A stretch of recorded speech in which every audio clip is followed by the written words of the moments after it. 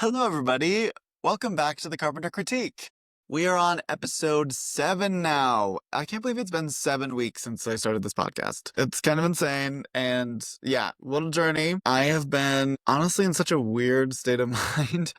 This week, I'm gonna apologize if this episode is weird because I've just kind of been like all over the place. I've been thinking about moving and just like reconnecting with friends, which has been really good, but also just reevaluating what you want out of life or what I want out of my life. Yeah, maybe this isn't the place to reflect, but it's been really good. I've been going to therapy and stuff and then trying to hang out with the people that like really give me energy and give me life. But yeah, it's been a little bit weird. I feel like I'm just trying to figure it out. Maybe that's everybody can relate. For this episode, I picked the Super Mario Galaxy movie. So for those who are unfamiliar, it's like the main Nintendo character, like the man with the plumber red hat and his brother Luigi.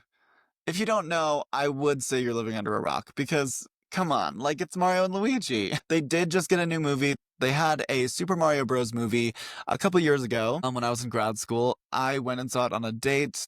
Ugh, it was such a bad date. And yeah, I did not want to relive that experience. So I did go see it all by myself in the theater and actually had a better time than when I was on the date. So honestly, maybe that just changed my perspective, but I like the Galaxy movie actually better than the original Super Mario Bros. Movie. Was it the date? Don't know. But it could have been. It really could have been. But also, the Super Mario Galaxy game is a classic. Love it so much. This movie, I think, came with a lot more nostalgia, like Nintendo nostalgia. So if you're like a GameCube fan, if you're a Wii fan, honestly, Nintendo Switch, like there was a bunch of really cool little Easter eggs throughout the movie. If you're a Nintendo fan, I would say you're being well fed by this movie. I really enjoyed it. I mean, if we're gonna think really critically about the new movie, the Super Mario Galaxy movie, it is narratively not super focused, I would say. They kind of go on this crazy journey. Okay, so let me give a synopsis about the movie. The Super Mario Galaxy movie is centered around Mario, Luigi, and Peach.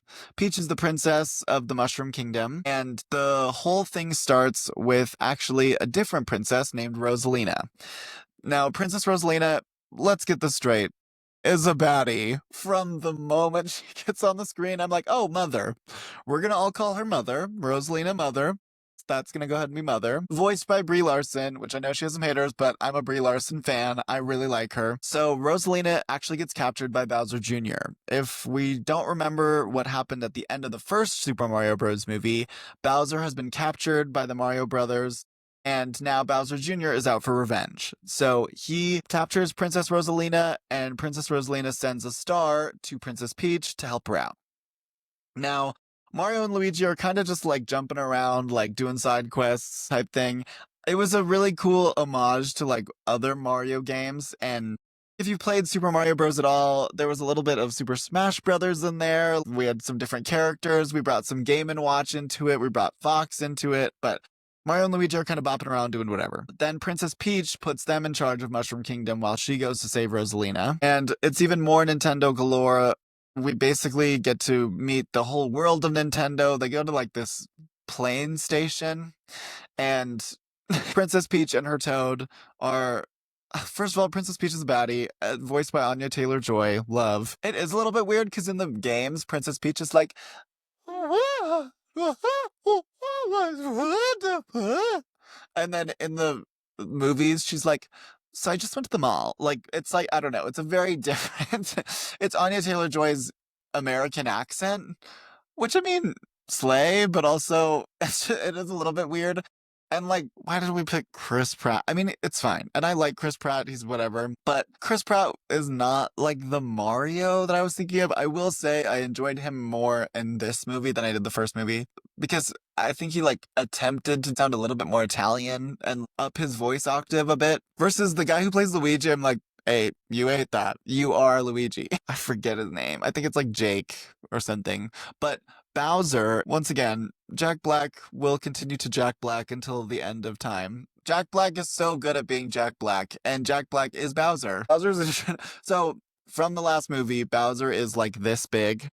For those who are listening instead of watching, he's basically the size of my big toe. And if you've never seen my big toe, I guess it's this Bowser's the size of maybe a little bit bigger than a light switch. And his voice is really high, so Jack Black is doing this very high voice to be a little Bowser. Um, I'm gonna start saying this all the time. I literally busted out laughing in the theater. No one else laughed. It was just me. I'm drinking the soup. I'm trimming the bonsai bush. All of this little stuff is just Jack Blackisms, and I don't know. Jack Black is just one of the funniest people to me, I think, in Hollywood. I love him so much. And the Minecraft movie, did I think it was good? No. But did I think Jack Black absolutely demolished and destroyed that performance and to like make it amazing? Yes, I did. Yes, I did. And I arguably think he does that with most of the movies he's in. I think there's a lot of comedy movies that are just like, well, let's just get Jack Black and he'll make it funny. And he does. And he does. Where was I? What was I even talking about? Okay. So the plot of the movie, basically, Princess Peach and her Toad go to this plane station. They meet Fox, another Nintendo character. Awesome. And we ride in the plane. Then Mario and Luigi inevitably are confronted by Bowser Jr., who steals his dad back to get Bowser. And Mario and Luigi go in to help Princess Peach save Rosalina. And so it's this big battle galore, blah, blah, blah. There's a bunch of other little steps, but essentially that's the hero's journey that they're embarking on. And I mean, spoilers for anyone who has not seen the Super Mario Galaxy movie. I mean, I bet you could guess what happens, but just in case, I'm going to give a spoiler warning. So Mario and Luigi meet up with Princess Peach and Toad and Fox, and then all the little stars come together to go and save Rosalina.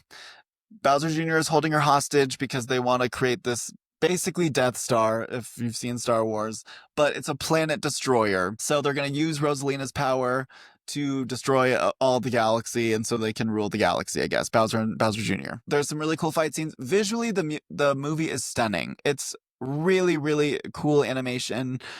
I loved this 3D and very, like, visually, like, honestly, if you're an animator, if you're looking into animation, the Mario movies are probably where you're going to, like, get or bang for your buck. I thought it was visually the most stunning animation probably I've seen this year. It's just so colorful, and they incorporated all these different aspects of Nintendo. It was really cool. I do think they kind of ripped off Wreck-It Ralph. Instead of it being the center of the internet, the plane station was kind of the center for all Nintendo characters. But it was really cool. I still really enjoyed it. I actually really enjoyed the movie. I thought Yoshi's introduction was so cute. I'm a Yoshi stan through and through, though. Like, I love Yoshi. That's arguably one of my favorite characters to play. And then even Birdo was in it. Sorry, I'm naming a bunch of Nintendo characters, but Birdo didn't really get her time to shine. I'm kind of hoping that next movie that Birdo is like a little bit more central to the plot. And dare I say, I hope RuPaul voices Birdo. I made it here first. So if they ask RuPaul the next time the movie comes out, I said it first, okay? I want RuPaul to voice Birdo. And what about it? Also, it was cool to have another dynamic. Princess Peach and Rosalina were sisters, so there was a sister aspect to the movie. It was really cute. I think kids will really enjoy it. I think if you're a Nintendo fan, you'll really enjoy it.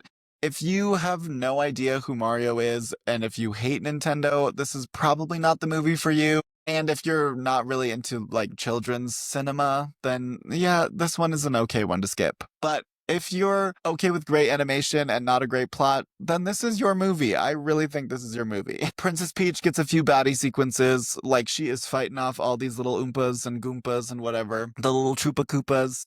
All of that, she gets her baddie moment. Rosalina gets a few baddie moments. Mario and Luigi have these, like, epic hero moments. I really enjoyed it. I thought it was really fun. It's only an hour and 40 minutes, so yeah, get your life and then go back home. There's all these new video games that are now being turned into shows and movies. The Last of Us is really good. Fallout is really good, all based on video games. I know there's more movies coming out based on video games, but I think it's kind of cool that Nintendo's doing it their own way and making it a kids movie. I kind of wish that they had more original voice actors instead of just a Hollywood voice like Chris Pratt or Anya Taylor-Joy, but I mean, they do a fine enough job, and I'm not like super into critiquing the voice actors when it's mainly about the animation, and it was really fun animation to watch.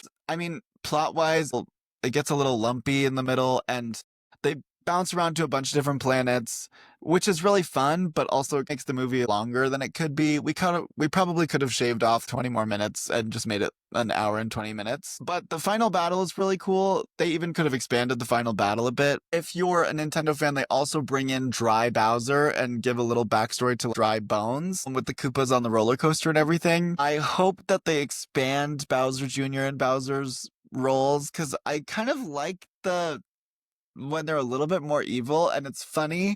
Oh my gosh, when Bowser Jr. is like, I just know all friends are gonna betray you. I just know if I make a friend that they're just gonna stab me in the back.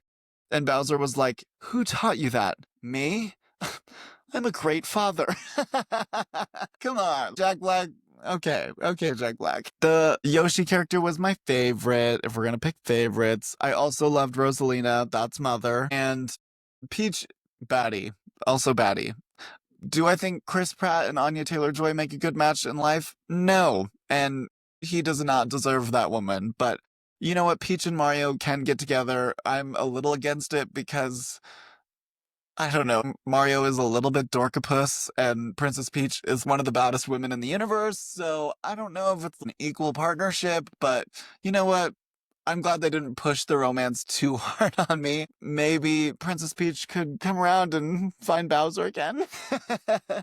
You can retry your wedding again. The first movie they did get married, so. Yeah, I think without further ado, let's just dive right into the research article. Also, I wanted to say I apologize if my voice has been cracking so much. I don't know why. I'm going through like a fourth puberty of like, hello, my name's Luke. So if you're hearing that, I'm so sorry about that. I'm getting it under control. I should just like work out a bit more or something, or maybe my balls need to drop again. We'll figure it out. So for the research article, this article is called Human Exploration Strategically Balances Approaching and Avoiding Uncertainty. This is from the Department of Psychology at Columbia University. The authors are Abir Yaniv, Neil Shadlen, and Daphna Shohamy. So props where props is due. This is a great article. Also, this article is a neuroscience article, so it's not necessarily a psychology research article. It's all about your brain and neuroscience and how humans process uncertainty. Very interesting, and also a little bit different than what we normally do here on the Carpenter Critique, but equally as intriguing, I say. So we're going to dip our toes into some neuroscience today. Just like in psychology studies, neuroscience studies will also have a main research question. In this case, it is, how do humans decide when to explore uncertain options and when to avoid them? What comes to your mind when you think of uncertainty? Is it fear? Is it stress? Is it excitement? All of these things are processed in the study as well. After asking that question, how do humans decide when to explore uncertain options versus avoid them, they decided to break it down into two separate groups. Their guess is that humans strategically balance two opposing drives. One, to approach uncertainty, you can explore. And then the other one is to avoid uncertainty. So to reduce potential losses or negative outcomes. And then the exploration is to more gain information and give into the curiosity. So this is a balance of adaptive and context sensitive, not random and biased. There is something called the IRB, which in psychology world, it's the Internal Review Board. And basically, there is no study that will get through the Internal Review Board without being confirmed by them. So when I did a research psychology study, I had to submit my study questions with all of my materials and what I was going to do to carry out the study, and it has to be approved by the IRB or the Internal Review Board of the school before it gets published or before the research can continue. So for them, they had a bunch of human adult participants that were recruited under IRB approved protocols at Columbia University. So it wasn't anything sketchy going on. The IRB was involved, so we're good. Another thing to note about this study is that they got a lot of neurotypical people. So it wasn't really neurodivergent people. It was 100 plus people that were neurotypical from the study. So basically, the people in the study were choosing between two different unknown items. One, they were given more information on and what the reward could be if they got it. And the other one, they were given less information on, saying the reward could be bigger, but so could the punishment. Between all the different participants, they were using this manipulation tactic of the two different types of uncertainty. So one type of uncertainty is epistemic. that means that you don't have all the information yet. With this option, they would phrase it like, we don't know about this option, but there's a lot to learn, blah, blah, blah. This would drive the curiosity part of the mind. A lot of the exploration done in the study was done under epistemic uncertainty. The other type of uncertainty is aversive, which, as I'm probably leading to, as you can guess, the aversive uncertainty was a lot more of the risk. There was a lot more ambiguity around this option. And this drives a lot of the avoidance because this option might be really bad. You know what I mean? So we're going to avoid this one and we're going to go with the one that's a lot more certain and less ambiguous. So what they found, as you can probably guess, is that humans both seek and avoid uncertainty. There is a part of our brain that when we process uncertainty, we either think of it as exciting and we go towards it because we want to risk it for the biscuit. But then there's another part of our brain that really avoids the unknown.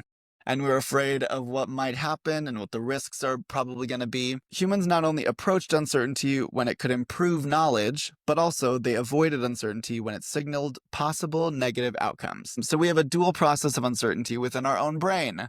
Kind of crazy, right? We're processing two different things. We're processing one thing in two different ways. But it also kind of makes sense. I always think of if aliens came to Earth, I think there would definitely be a part of humanity that would be really welcoming and wanting to know more and seeing how we can communicate with each other.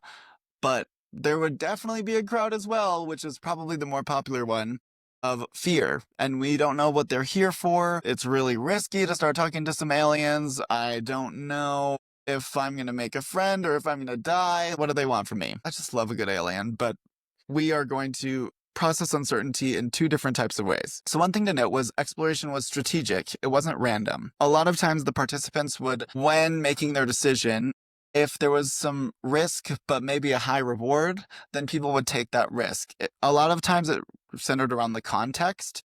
So if they got enough context to make a decision, then they would pick the riskier decision. Or if they got enough information and made the option a little bit less ambiguous, then they would lean in that direction. So context was super heavy, but even though exploration was strategic, so was avoidance. A lot of the participants really reduced the amount of decisions that they made because they weren't willing to do the high ambiguous option, which makes sense. Most human beings have an innate fear of the unknown, and avoidance feeds into, or this avoidance of risk definitely feeds into that. I think if this study was a little bit more layered, talking about how this affects personality, this is a psychology thing, but if this affects personality at all, I would think that if you've heard of the big five ocean personalities, so openness, extroversion, agreeableness, conscientiousness, and neuroticism are the five. I would say that the people who are a little bit more risk averse probably test high on neuroticism. They want things in their place, they are not used to taking risks, they're not super explorative, and they're really sensitive to stress. And I would say probably the people testing higher on openness would be the ones that are a little bit more prone to explore and seeing what else is out there and making sure to really maximize their options before they pick one. So what are some contributions that this study has made to research overall? One, we're redefining what uncertainty is. I think most people would assume uncertainty goes with this avoiding thing. And if I'm uncertain, I don't know. But a big part of our brain also loves to explore. Curiosity is a huge part of being human. And if we're denying that, we're also saying that we completely disregard with uncertainty. We only go with the known. But it's a balance, and this study is really redefining how we process uncertainty. I think this is also really cool because it really defines what being human is. We're so complex. We don't just avoid risk. We a lot of times go for it, and we aren't just completely afraid of the unknown. A lot of the unknown does intrigue us as well. That's why there's so much art made about the unknown, and so much art made about things that we have not yet discovered or things that we're trying to discover. And arguably, I feel like curiosity is what makes me motivated to, I want to travel, I want to see new places, I want to meet new people.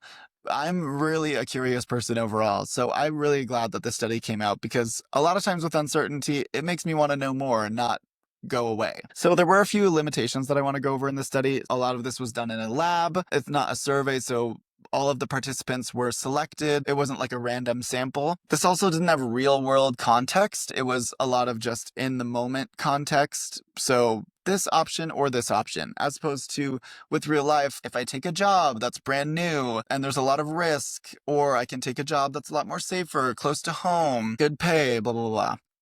So I think there's a lot of real world context that it could be applied to, but as far as this experiment goes, it wasn't very real world centric at all. But I do think the study does matter a lot because it explains why we sometimes seek novelty. And even if, like, we at the same time seek novelty and curiosity, but we're also afraid of what could be and afraid of the unknown. It reframes exploration as goal-directed cognition. So instead of just, I want to explore, it shows why our brain really chooses to explore. And in neuroscience, I think when, at the time that this came out, what time did this article came out in?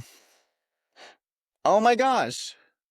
This article came out 3 weeks ago. No wonder, I'm like, this is a really good study, but it's pretty modern. This applies to real world behavior because it can talk about career decisions, if we want to try something new, or if we want to stick to what we know. It talks about relationships. Am I going for the same type of person, or am I willing to risk it and try a new type of person that maybe I haven't tried before? Financial risk taking. If our finances look a little risky right now, are we willing to invest maybe in some different property? Are we investing in different stocks?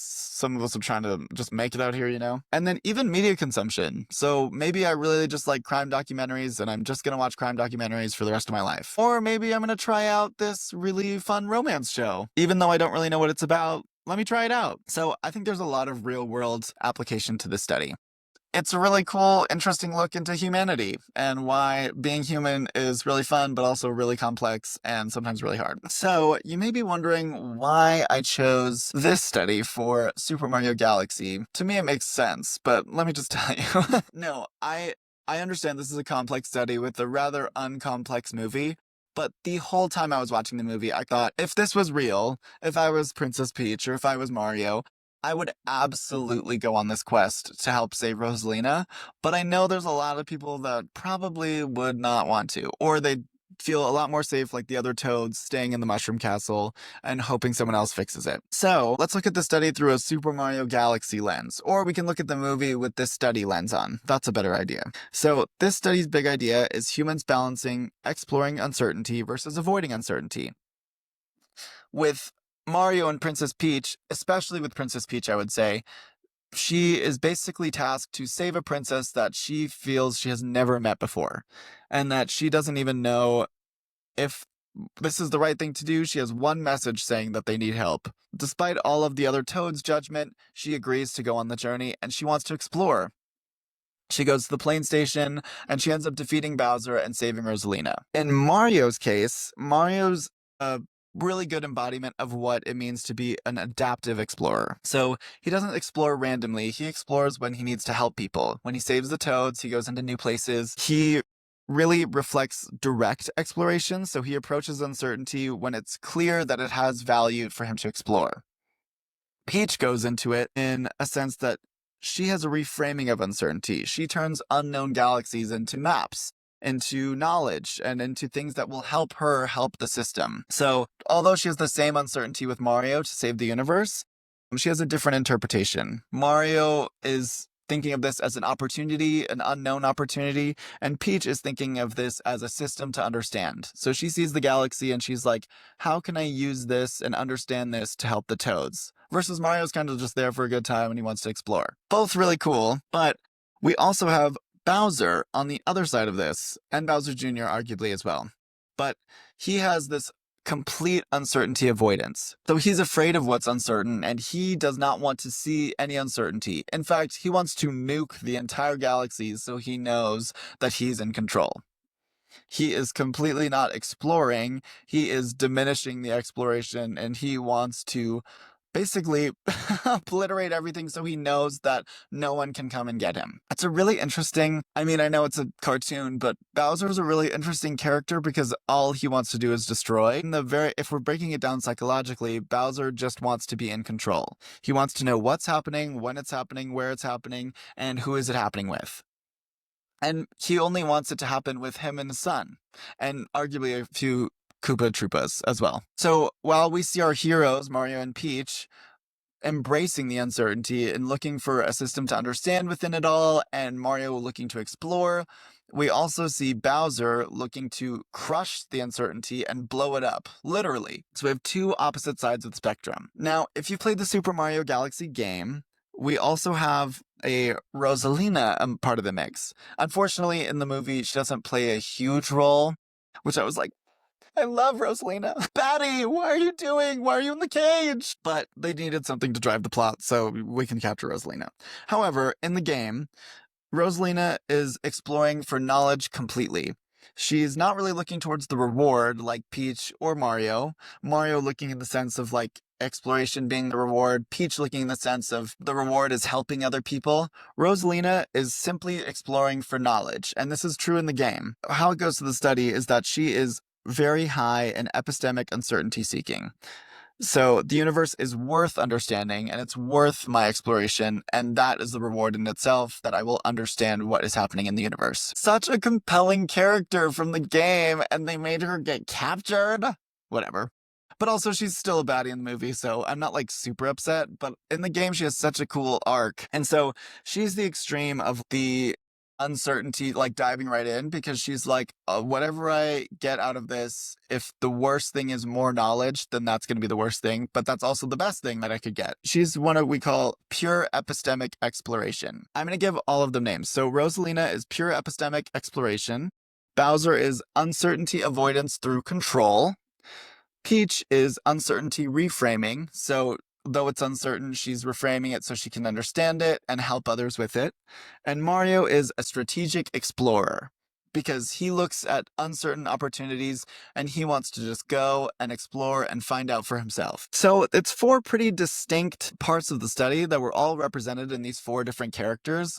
And I think that's a really cool takeaway, that you're able to see that even in a kid's movie like this, if we psychologically break it down, there is a human need to understand and a human need to explore, but also a human need to avoid risk. And they're all embodied differently in these characters. The galaxy itself is kind of a dual nature of uncertainty. The planets offer this exploration opportunity to the characters, but also there's black holes in the galaxy, and there's a lot of risk when you're going into the galaxy. So you don't know what you're getting, but the galaxy kind of served as this big decision for the characters to either dive into or completely avoid or nuke if you're Bowser. So what's the key insight from this? When does curiosity really stop being adaptive and start becoming dangerous? So Mario is a very optimistic explorer. He learns not all uncertainty is worth it, which is true. He risked almost losing his friends. And Peach risked almost losing Rosalina. Peach starts off as a really controlled strategist, so she wants to help everyone else. But then she learns that some uncertainty must be really embraced, and so she adapts to then help other people as she gains more knowledge and learns more about the galaxy. Rosalina starts as a little bit detached in the game, and then she learns that uncertainty has a lot of emotional stakes. And so who she's with and who she cares about may be at risk with all this uncertainty in the galaxy. And then Bowser starts as really control driven, and he fails because he's the villain. He just fails not only at learning to embrace the ambiguity, but fails at destroying the galaxy, and he's back in prison. As he should be, honestly. Even though I love Jack Black, time to go back to jail. A Super Mario Galaxy really works because it taps into this psychological tension of what happens when we really avoid uncertainty and what happens when we really embrace it. Of course, this isn't like we're all not going to go on a supernatural galaxy quest, but maybe we will. Maybe we will one day. And there's this unknownness, especially, I mean, for me, I'm 26, and there's an unknownness about my life. Like, I really don't know where I'm going to be in 10 years. And though it's a little bit scary and uncertain, and even at the end of this year, I don't even know where I'm going to be. But it's also very exciting, and I'm trying to take it in stride of like, I don't know what's coming next. And arguably none of us really know what's coming next, but hopefully it's going to be good. And I'm willing to learn more about this thing called life in order to make my life better and, I don't know, enhance my experience as a human being. I'm a firm believer that humanity is complex, but also that there is so much to be enjoyed. And I think if we avoid all of uncertainty, we're going to lose out on a lot of the big experiences that would help shape our lives. Also, I mean, we do have to be careful, and there is an importance in risk avoidance as well. We don't always want to be stupidly taking the next risk just for fun. We want to be a little bit more calculated in our decisions, and you want to be able to make sure that you have enough information to move forward when making a decision. But also, I wouldn't count yourself out for taking risks every now and again. I think we all have it in us, both the curiosity and the uncertainty avoidance, but both of those things is what makes us human. And I wouldn't count out either of those sides of you just yet. To conclude, the universe isn't just unknown, it's both an invitation and a threat, just like life. From Mario, he asks, what's worth risking the unknown? From Peach, how do we make the unknown manageable? From Bowser, how do I eliminate the unknown entirely? And from Rosalina, what if the unknown is the point? All of 4 of these questions are valuable and totally relatable to the human experience. And that is about it for the Super Mario Galaxy. I just want to say thank you to everybody who's listening. I really appreciate it. I'm so glad to be doing this podcast and enjoying it with all of you. If you want to engage more in the content, comment down below, subscribe. I think we're up to 7 subscribers. Woohoo! We might have lost one, RIP. But if you want to follow me, I'm at the Carpenter Critique on all social media platforms, except for X. I'm the Carpenter Critic. And then on YouTube, it's all the Carpenter Critique. You can follow the website, www.thecarpentercritique. You can stream the podcast on Amazon Music, Apple Podcasts, and Spotify. You can also watch the podcast if you just want to watch a YouTube video on YouTube. So there you go. My name is Luke Carpenter, and I will see you next week. Bye.